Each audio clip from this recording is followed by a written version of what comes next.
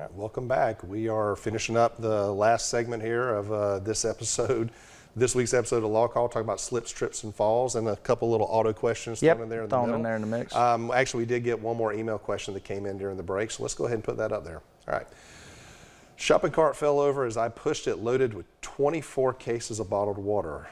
Wow, knocked me down, weighed 900 pounds. I weighed 125, laid there. Finally, store clerks came out and fussed at me for pushing by myself and threw cases of water in my car.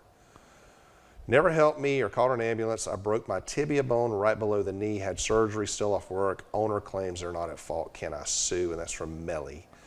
Melly, I have so many questions. There's a lot there. I'm not sure how you got 900 pounds worth of water onto that cart in the first instance. Maybe it's like one of those big dolly. Yeah, dolly type like things. A dolly thing. You know, look, there are, in any type of case that sounds in negligence, there's comparative fault. And so they're going to weigh that. So there's some issues there with you maybe trying to attempt to do more than you should have.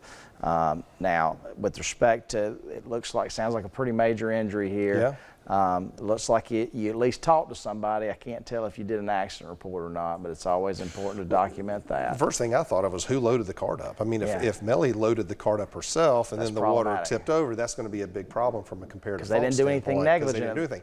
If the store clerk came over and says, no, we can put more, we can do this, and they loaded it up and they did it, and then it falls back on you, maybe. But there's still that common sense element where you gotta.